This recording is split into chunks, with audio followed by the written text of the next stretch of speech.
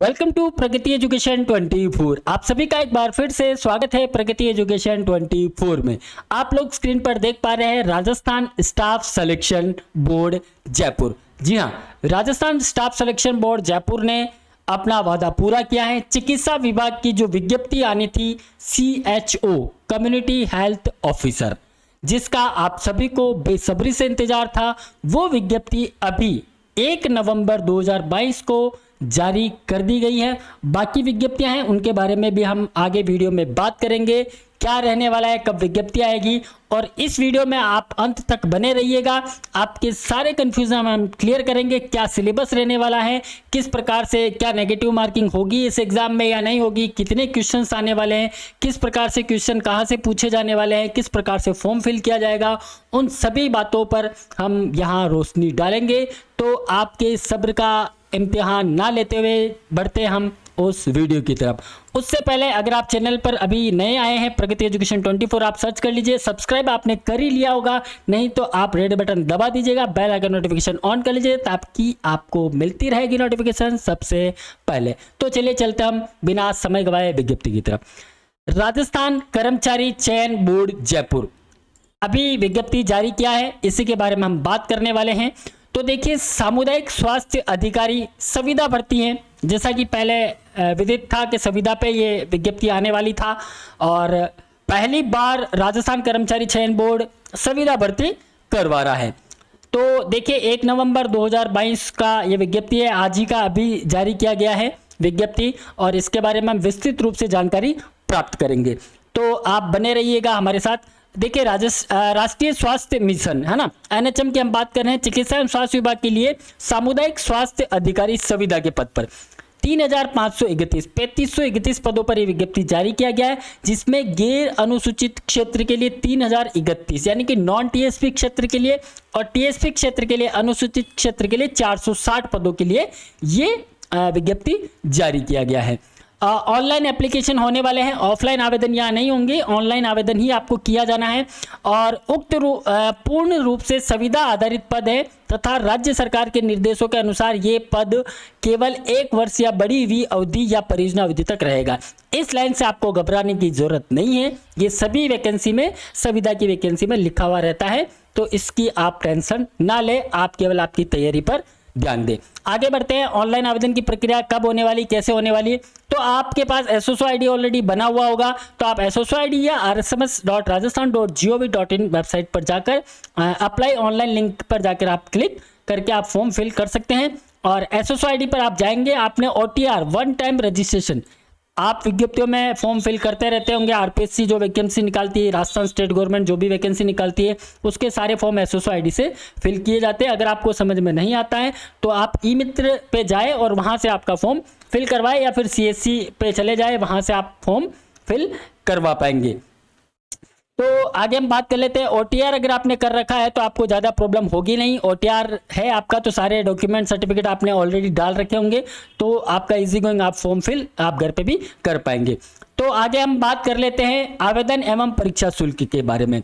अगर आप सामान्य वर्ग, क्रिमिनल श्रेणी और अन्य पिछड़ा वर्ग या अति पिछड़ा वर्ग के आवेदक है तो आपको 450 रुपये आपको आवेदन शुल्क एवं परीक्षा शुल्क आपको देना रहेगा। राजस्थान के नॉन क्रिमिनल श्रेणी में, पिछड़ा वर्ग में या अति पिछड़ा वर्ग या आर्थिक रूप से कमजोर वर्ग में, EWS में अगर आप आते हैं तो आपको 350 रुपये का आवेदन शुल्क, परीक्षा शुल्क आपको देना है। अब बाकी जो भी विशेष योग्यजन है या राजस्थान अनुसूचित जाति या SC ST यानी कि अनुसूचित जाति और जनजाति के आवेदक है तो उनको 250 रुपये शुल्क देना है। और बाकी कोई ऐसे कैंडिडेट हैं जिनकी वार्षिक आय 2.5 लाख रुपए से कम है और अनुसूचित जाति, अनुसूचित जनजाति के समान ही परीक्षा शुल्क 250 रुपये उनको देना है, जिसके बारे में डिटेल आगे दी गई है। तो ये डिटेल आप देख लें। और अब हम बात कर लेते हैं सामुदायिक स्वास्थ्य अधिकारी के रिक्त पदों का आरक्षण निम्न प्रकार से रहने वाला है। गैर अनुसूचित क्षेत्र यानी कि नॉन TSP एरिया है, उसके लिए 3071 पद कुल दिए गए हैं। इसमें ये कैटेगरी वाइज सामान्य के लिए है, जनरल कैंडिडेट के लिए, अनुसूचित जाति SC के लिए, अनुसूचित जनजाति ST, अन्य पिछड़ा वर्ग, अति पिछड़ा वर्ग, आर्थिक रूप से कमजोर, और 12 जिले के जो शहरिया है, आदिम जाति कैंडिडेट हैं, उनके लिए ये पदों का वर्गीकरण दिया गया है। ये नोटिफिकेशन आपको टेलीग्राम चैनल है हमारा प्रगति एजुकेशन 24, वहां पे ये आपको मिल जाएगा। तो ये आप क्लेरिफिकेशन आप देख ले इसका। बाकी हॉरिजेंटल रिजर्वेशन भी दिया गया है। ये LW विशेष योग्यजन है, उनके लिए टोटल 41 है और 383 भूतपूर्व सैनिक के लिए। उत्कृष्ट खिलाड़ी अगर आप हैं तो 61 पोस्ट आपके लिए हॉरिजेंटल रिजर्वेशन में आरक्षित है। अनुसूचित क्षेत्र की बात कर लेते हैं। टीएसपी की 460 पद दिए गए हैं, जिसमें सामान्य कैंडिडेट के लिए 161 है, बाकी कैटेगराइज है। और एससी के लिए 17 पद है और एसटी के लिए 145 पद यहाँ पे रखे गए हैं। तो ये, और इसमें भी हॉरिजेंटल रिजर्वेशन है जो विशेष योग्यजन, भूतपूर्व सैनिक और उत्कृष्ट खिलाड़ियों के लिए इसमें रखे गए हैं। तो ये पदों का वर्गीकरण एक बार आप देख ले। अगर आप अनुसूचित क्षेत्र के निवासी हैं तो उक्त रिक्त पदों के लिए केवल राजस्थान राज्य के अनुसूचित क्षेत्र के स्थायी निवासी ही आवेदन कर सकते हैं। यानी कि इन 460 पदों पर केवल जो टीएसपी एरिया है, प्रतापगढ़, डूंगरपुर, बांसवाड़ा और उदयपुर का कुछ एरिया, यानी कि जो टीएसपी एरिया में आता है, जो टीएसपी एरिया है, उसी के जो आवेदक है वो ही इसमें आवेदन कर पाएंगे। लेकिन टीएसपी वालों के लिए डबल फायदा हो जाता है कि आप गैर अनुसूचित क्षेत्र में भी आप आवेदन कर पाएंगे। लेकिन जब आपका सिलेक्शन हो जाता है तो आपको एक लिखित में एक ऑप्शन फॉर्म देना पड़ेगा कि आपको पोस्टिंग कहाँ लेनी है, अनुसूचित क्षेत्र में लेनी है या नॉन टीएसपी में, यानी कि टीएसपी या नॉन टीएसपी में लेनी है। तो आपको ये थोड़ा सा बेनिफिट है, बाकी नॉन टीएसपी वालों को ये बेनिफिट नहीं मिलेगा, केवल टीएसपी वालों को बेनिफिट है। आप दोनों जगह फॉर्म फिल कर पाएंगे। और बाकी आरक्षण का लाभ आपको नियमानुसार मिलेगा, इसकी डिटेल हम आपको पोस्ट कर देंगे, वहाँ से आप देख पाएंगे। आगे बढ़ते हम। राजस्थान राज्य के अगर कोई अदर कैंडिडेट है, ये बहुत सारे कमेंट्स हमारे पास आते हैं अलग अलग स्टेट से, कोई एमपी से आता है, पंजाब से, हरियाणा से, ऐसे बहुत सारे कमेंट्स आ रहे थे कि सर आप अदर स्टेट के भी फॉर्म फिल कर पाएंगे। यस, आप किसी भी वैकेंसी में किसी भी स्टेट में फॉर्म फिल कर सकते हैं, लेकिन आपको वहां पे जनरल कैंडिडेट के रूप में माना जाएगा। यानी कि राजस्थान राज्य के भिन्न राज्यों के जो अनुसूचित जाति यानी SC ST के कैंडिडेट है, अन्य पिछड़ा वर्ग है या अति पिछड़ा वर्ग है, आर्थिक रूप से कमजोर वर्ग के अभ्यर्थी को सामान्य वर्ग का माना जाएगा। आप इनमें से अगर किसी कैटेगरी के हैं, अगर आप SC ST में या इसमें से किसी में आते हैं तो आपको सेम कैटेगरी का इस स्टेट में नहीं माना जाएगा, आपको जनरल कैंडिडेट के साथ आपको फाइट करना रहेगा। बाकी 12 जिले की जो शहरी आदिम जाति है उसके लिए अलग से डिटेल दिया गया, उनका अलग से आरक्षण है, उसके बारे में डिटेल है। भूतपूर्व सैनिकों के लिए अलग से आरक्षण दिया हुआ है, वो हॉरिजॉन्टली रिजर्वेशन रहने वाला। अगर आप उत्कृष्ट खिलाड़ी है, अगर आपने स्टेट नेशनल खेला है तो आपके लिए 2% इसमें आरक्षण मिलने वाला है। उसकी डिटेल अंतर्राष्ट्रीय खेल में या टूर्नामेंट चैंपियन जो अगर आपने इनमें से किसी में भाग लिया है तो आपको एक्स्ट्रा बेनिफिट यहाँ पे मिलने वाला है। नेक्स्ट हम बात कर लेते हैं अनुसूचित क्षेत्र के अभ्यर्थियों के लिए विशेष निर्देश जो दिए हैं। यानी कि टीएसपी क्षेत्र का ये थोड़ा सा कंफ्यूजन रहता है कि सर टीएसपी क्षेत्र में बहुत सारे कैंडिडेट हैं, लेकिन किस प्रकार से आवेदन करें, उनको कैसे माना जाएगा। तो ऐसे बहुत सारे कैंडिडेट हैं जो टीएसपी क्षेत्र में है, लेकिन उनके पास टीएसपी का सर्टिफिकेट नहीं बना हुआ है। टीएसपी का मतलब होता है विशेष मूल निवास प्रमाण पत्र। अगर विशेष मूल निवास प्रमाण पत्र आपके पास नहीं है तो आप इसमें आवेदन नहीं कर पाएंगे। यानी कि वो किन के लिए बनता है, देखिए अनुसूचित क्षेत्र में उक्त रिक्त पदों के लिए केवल राजस्थान राज्य के अनुसूचित क्षेत्र के स्थानीय निवासी ही आवेदन कर सकेंगे। ठीक है, यदि उनका जन्म 1 जनवरी 1970 के बाद हुआ है, यदि आपका वहां पे जन्म 1 जनवरी 1970 के बाद हुआ है या उनके माता पिता या पूर्वज 1 जनवरी 1970 से पूर्व अनुसूचित क्षेत्र के सद्भावी निवासी रहे हैं, यानी कि 1970 के आपके पिताजी दादाजी वहां से निवास कर रहे हैं, तो आपके लिए टीएसपी सर्टिफिकेट बन सकता है। इसके बारे में अधिक जानकारी आप ले सकते हैं, उसका हमने एक अलग से वीडियो बना रखा है। तो ये आप के पास टीएसपी सर्टिफिकेट है तो ही आपको टीएसपी क्षेत्र का माना जाएगा। वेतनमान की बात करें तो 25,000 रुपये आपको इसमें मानदेय मिलने वाला है और ये बॉन्ड आपसे भरवाया जाएगा। Short listed candidate having a certificate in community health. अच्छा, सीसीएच के बारे में हम बात कर रहे थे कि सीसीएच सर नहीं होगा तो हम आवेदन कर पाएंगे या नहीं कर पाएंगे। अगर आपके पास सीसीएच सर्टिफिकेट नहीं है तो भी आप आवेदन कर सकते हैं, आप कोई भी टेंशन ना ले। यानी कि जो सीसीएच किए हुए हैं उनको डायरेक्टली यहाँ पे पोस्टिंग दे दी जाएगी और जिन्होंने सीसीएच नहीं किया हुआ है उनको सीसीएच अलग से करना रहेगा। उसके बारे में आगे हम बात करेंगे। ये बॉन्ड की बात कर रहे थे। एजुकेशनल पात्रता एवं शैक्षणिक योग्यता की हम बात कर लेते हैं। Essential qualification BSc in community health. BSc in community health में अगर आपके पास है तो आप आवेदन कर पाएंगे, और बीएससी नर्सिंग या जीएनएम और बीएससी नर्सिंग आपके पास है तो भी आप आवेदन कर सकते हैं। और आयुर्वेद प्रैक्टिशनर्स BAMS अगर आपके पास हैं तो भी आप आवेदन कर सकते हैं। इन तीनों क्वालिफिकेशन के अलावा कोई भी कैंडिडेट आवेदन करने के योग्य नहीं है, ये आप ध्यान रखिएगा। बहुत सारे कैंडिडेट के कमेंट्स आते हैं, तो केवल BSc इन कम्युनिटी हेल्थ अगर आपके पास है तो आप कमेंट करें कि कोई आपको प्रॉब्लम है तो आपका सोल्व किया जाएगा। बाकी GNM और BSc नर्सिंग वाले और BMS वाले, इन 4 कैटेगरी के अलावा कोई और अदर देन आप अप्लाई नहीं कर पाएंगे। ठीक है, आपके पास registered in respective Rajasthan nursing council से आपके पास रजिस्ट्रेशन होना चाहिए। ठीक है, और BMS वाले जो हैं वो उनके पास board of Indian medicine Rajasthan से आपके पास रजिस्ट्रेशन होना चाहिए, और ये रजिस्ट्रेशन आपके आवेदन से पूर्व का होना चाहिए, ये थोड़ा सा आप ध्यान रखिएगा। ठीक है, all candidate having appear of screening exam, यानी कि आपका रिटर्न एग्जाम होने वाला है, उसमें आपको अपेयर होना है। Having a certificate in community health CCH, BSc in community health, BSc nursing with integrated curriculum और post basic BSc nursing with integrated curriculum will be posted on contact post of CHO in HSC and HWC।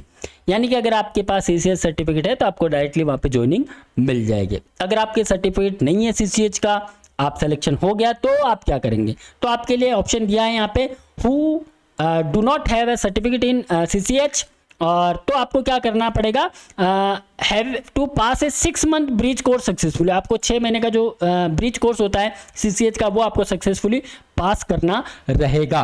अब उसमें क्या है, आपको 2 option मिलने वाले हैं। If candidate is not successful in breach course in first attempt, अगर आप यहाँ पे सिलेक्शन हो जाता है आपका, आपने CCH नहीं किया है, तो आपको जो CCH का 6 मंथ का जो कोर्स है वो आपको अटेम्प्ट करना है। अगर आप फर्स्ट अटेम्प्ट में पास हो जाते हैं, ध्यान दीजिएगा, तो आपके लिए बहुत बेनिफिशियल है। अगर आप नहीं हो पाते हैं तो आपको बोर्ड द्वारा if any candidate is not qualify even after avail second opportunity, ठीक है, आपको दूसरी अपॉर्चुनिटी मिलेगी। यहाँ पे पहले अटेम्प्ट में अगर आप पास नहीं कर पाए तो सेकंड अपॉर्चुनिटी आपको मिलेगी, और अगर सेकंड अपॉर्चुनिटी में भी आप फेल हो जाते हैं, CCH की बात करें, तो such a candidate shall not be considered for the contractual post of CHO।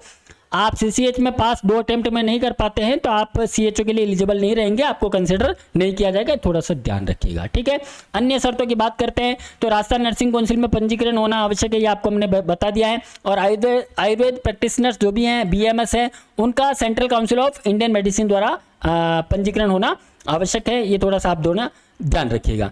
बाकी डिटेल आपको पोस्ट कर ही देंगे अभी। स्वास्थ्य और चयन प्रमाण पत्र, ठीक है, वो आपका सिलेक्शन होने के बाद की बात है, राष्ट्रीयता इंडियन होनी चाहिए, बाकी डिटेल आपको पता है। आयु की हम बात कर लेते हैं। देखिए, मैक्सिमम आयु 40 वर्ष से अधिक नहीं हो, आपकी मैक्सिमम आयु 40 वर्ष से ज़्यादा नहीं हो। अगर आपकी 40 वर्ष से ज़्यादा है और अगर आप इन कैटेगरी में आते हैं, अनुसूचित जाति, अनुसूचित जनजाति, अन्य पिछड़ा वर्ग, अति पिछड़ा वर्ग, आर्थिक रूप से कमजोर वर्ग के पुरुष अभ्यर्थी को राजस्थान के मूल निवासी अगर है, देखिए राजस्थान के आउटर कोई स्टेट के हैं कैंडिडेट, तो उनको इस आयु सीमा में कोई भी छूट नहीं मिलने वाली, ये थोड़ा सा आप ध्यान रखिएगा।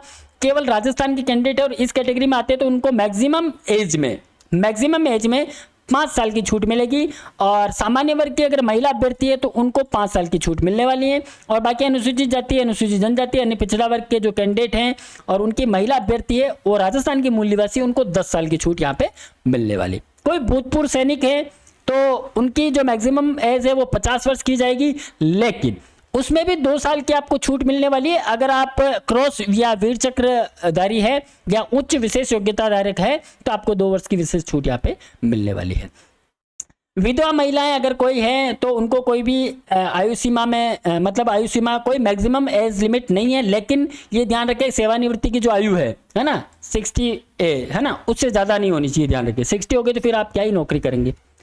बाकी विवाह पंजीयन के बारे में, विवाह पंजीयन आप ध्यान रखिएगा। बहुत सारे ऐसे कैंडिडेट के हमारे पास कमेंट आए थे, सर हमारी शादी हो चुकी है, हमने अभी तक विवाह पंजीयन नहीं करवाया है, 420 में जेल हो जाएगी। ठीक है, ये चीज़ों का आप ध्यान रखें। विशेष रूप से विवाह पंजीयन कराया जाना अनिवार्य किया गया है, ये साफ लिखा हुआ है, ये थोड़ा सा आप ध्यान रखें। कोई भी कूट रचित डॉक्यूमेंट आप ना लगाएं, ये आपके स्वयं विवेक की बात है, आप स्वयं ध्यान रखें इसके बारे में, है ना, हम तो क्या ही बताएं आपको। परीक्षा शुल्क जमा कराने की ऑनलाइन आवेदन की तिथि है 8/11/2022, यानी कि 8 नवंबर 2022 से आपके आवेदन स्टार्ट होने वाले हैं, जो 7 नवंबर 2022 तक आपके आवेदन रहेंगे। यानी अंतिम तिथि 7/12 है। अंतिम तिथि का आप बिल्कुल भी इंतजार ना करें, ठीक है। अंतिम तिथि का इंतजार करेंगे फिर आपकी साइट हैंग हो गई है, वो नहीं चल रहा है, एसओसो नहीं चल रहा है, वो प्रॉब्लम हो रही है, तो मैं कहता हूं कि 8 तारीख के बाद आप 10 से 12 के बाद आप फॉर्म फिल करना चालू कर दे, ठीक है, आपके लिए अच्छा है। परीक्षा आयोजन की बात करें तो देखिए परीक्षा फरवरी माह 2023 में आयोजित होने वाली है। डेट यहाँ पे नहीं दी गई है, तो आप तैयारी में लग जाएं, पहले से कर ही रहे होंगे, ऐसी हम आशा करते हैं। और नहीं कर रहे थे, कुछ लोग ऐसे होते हैं कि सर जब वैकेंसी आ जाएगी और जब डेट आ जाए तब पढ़ लेते हैं, क्योंकि डेट आने के बाद ही पढ़ा जाता है, तो इसलिए तो आप पढ़ाई कर लें, क्योंकि फरवरी 2023 में आपका एग्ज़ाम होने वाला है। जब सोते होंगे लोग, तू जाग पढ़ाई करना, तेरे सपनों की उम्र लंबी है, जगना पड़े तो सो रातें जगना। यानी कि अब रातें आपको काली होती है और उनको और काली करनी। फरवरी का पहला या दूसरा सप्ताह मैक्सिमम, फर्स्ट या सेकंड वीक में आपका एग्ज़ाम हो जाएगा, ठीक है। तो आप तैयारी करें। इसके बारे में आगे हम सिलेबस की हम बात करने वाले हैं, सिलेबस भी आगे है इसके अंदर, तो ये आप ध्यान रखिएगा। नेक्स्ट ये चीज़ें ज़्यादा मैं बताऊंगा तो आपका वीडियो लंबा हो जाएगा। आवेदन कैसे करें, ये आप बच्चे नहीं है, आपने कई बार फॉर्म फिल कर लिया है और OTR आपने कर रखा है, एसओसो ID आपने फिल कर रखी है और वीडियो को भी आपने लाइक कर ही दिया होगा और सब्सक्राइब तो पहले ही कर दिया होगा ना, तो बने रहिए आप हमारे साथ। अब हम बात कर लेते हैं सामुदायिक स्वास्थ्य अधिकारी संविदा पदों पर भर्ती है तो परीक्षा स्कीम के बारे में। देखिए एएनएम की विज्ञप्ति भी बहुत जल्दी, जिस प्रकार से CHO का विज्ञप्ति जारी हुआ है, एएनएम का विज्ञप्ति जारी हो जाएगा, फिर आप पढ़ते रहेंगे कि क्या पढ़ना है, क्योंकि एएनएम का सिलेबस विस्तृत तो नहीं आया, लेकिन सिलेबस तो जारी हो ही गया ना कि आपको क्या पढ़ना है। तो इसी प्रकार से आप तैयारी करते रहें और जल्दी से अपने मुकाम को हासिल करें। तो देखिए CHO का जो पहला एग्जाम होता है उसी के आधार पर इन्होंने सिलेबस बनाया है। परीक्षा स्कीम की हम बात करें तो परीक्षा का आयोजन ऑफलाइन करवाया जा रहा है, ऑब्वियस ऑफलाइन आयोजन होगा। परीक्षा पत्र का समय 1 घंटा 30 मिनट, 1.5 घंटे का समय रहेगा, यानी 90 मिनट का आपका एग्जाम होगा। प्रश्न पत्र बहुविकल्पीय प्रकार का रहेगा, ऑब्जेक्टिव टाइप द क्वेश्चन आने वाले हैं। प्रश्न पत्रों में प्रश्नों की संख्या 100 रहने वाली है, 100 प्रश्न उसमें आने वाले हैं, तो आप ये थोड़ा सा ध्यान रखें।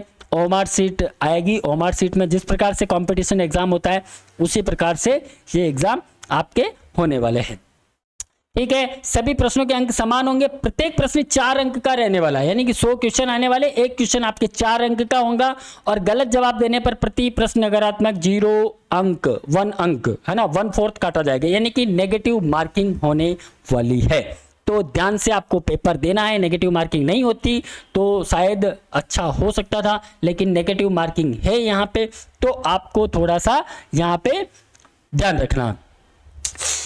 सिलेबस और स्क्रीनिंग एग्जाम की बात करें तो हम ये डिटेल सिलेबस है। टॉपिक की हम बात करें तो देखिए जनरल अवेयरनेस के बारे में आप तैयारी कर लें और बेसिक ऑफ ह्यूमन बॉडी के बारे में, basic concept of public health. Public health में आपको क्या पूछा जाएगा उसकी डिटेल यहाँ है। चाइल्ड हेल्थ के बारे में क्या पूछने वाले हैं, न्यूबॉर्न बर्थ है, common neonatal and child health problems के बारे में, RBS के स्कीम है ना, और UIP प्रोग्राम उसके बारे में, फैमिली प्लानिंग के बारे में, एडोलसेंट हेल्थ है ना, गायक्नोलॉजी कंडीशन है, MTP एक्ट है, ये सारी चीज़ें आप एक बार पढ़ लें। मैटरनल हेल्थ है, ये सारी एंटीनेटल है, और ये सारी चीज़ें आप कम्युनिकेबल डिजीज़ देख लें, नॉन कम्युनिकेबल डिजीज़ के बारे में आप पढ़ाई कर लें।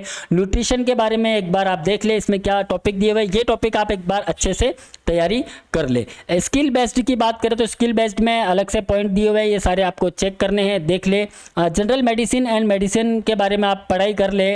जनरल के फार्माकोलॉजीज के बारे में, एसेंशियल ड्रग्स जो है उसके बारे में एक बार आप अच्छे से डीपली स्टडी कर ले। ऑब्जेक्टिव टाइप क्वेश्चन आने वाले हैं, ये सारी चीज़ें आपने आपके जो कोर्स किया उस टाइम आपने पढ़ी लिया होगा, और कहीं आप जॉब कर रहे हैं तो आपको सारी नॉलेज होगी, है ना। General surgery, trauma and Burns के बारे में, ENT एंड ऑप्थोमोलॉजिस्ट के बारे में डिटेल पढ़ लें। मिसेलिनियस क्वेश्चन जो है उसके बारे में, रिपोर्ट्स किस प्रकार से रखा जाता है, health management, accounting and computing के बारे में, वर्क मैनेजमेंट, मॉनिटरिंग जो होगा, है ना, behaviour change, communication skill and other soft skill के बारे में ये डिटेल रहने वाली है। तो ये डिटेल सिलेबस है, ये सिलेबस आपको अभी टेलीग्राम चैनल प्रगति एजुकेशन 24 इसको आपने ज्वाइन कर ही लिया होगा, टेलीग्राम सर्च कर लिया होगा, नहीं किया तो जल्दी से सर्च कर लीजिए क्योंकि नोटिफिकेशन वहाँ आने वाला है और बाकी जो भी अपडेट्स है वो आपको वहाँ पे मिलने वाली है। तो ये सिलेबस रहने वाला है और बाकी बोर्ड की वेबसाइट को आप विजिट करते रहें और आप पढ़ते रहें। देखो, लक्ष्य को पाना आपके हाथ में है, ठीक है, किस्मत में हाथों की लकीरों में कुछ नहीं रखा है। वो कहते हैं कि लक्ष्य को पाने के लिए यदि हम तन मन और धन लगा देते हैं, सच कहता हूं दोस्तों, कुंडली के सितारे भी अपनी जगह बदल देते हैं। तो कुंडली के सितारों पर आप ज़्यादा वो ना करें और अपनी पढ़ाई पर ध्यान दें और बेस्ट ऑफ लक सभी CHO को कम्युनिटी हेल्थ ऑफिसर बनने के लिए और जल्दी से तैयारी करें। और बाकी मैं बात कर रहा था, देखिए ANM का विज्ञप्ति और LT और जो भी विज्ञप्ति आने वाला है बहुत जल्दी इसी प्रकार से विज्ञप्ति आ जाएगा। देखिए अभी क्या पोस्टें रहने वाली, कितनी बढ़ेगी या नहीं बढ़ेगी, क्या होने वाला है, आप अपना कर्म करते रहे, आप पढ़ाई करते रहे। ANM के लिए हमने अच्छी सी वेबसाइट बना ली है और चाहे तो CHO वाले भी हमारी जो वेबसाइट है उस पर विजिट कर सकते हैं, उसका लिंक आपको डिस्क्रिप्शन में मिल जाएगा। प्रगति एजुकेशन 24 ब्लॉग पोस्ट के नाम से वेबसाइट है, वो आपको डिस्क्रिप्शन में देंगे, तो आपके लिए बहुत कारगर साबित हो सकता है। आपके इससे रिलेटेड बहुत सारे चीज़ें हमने वहाँ पे पोस्ट करी है। तो थैंक यू, धन्यवाद, बने रहिए हमारे साथ, लव यू ऑल।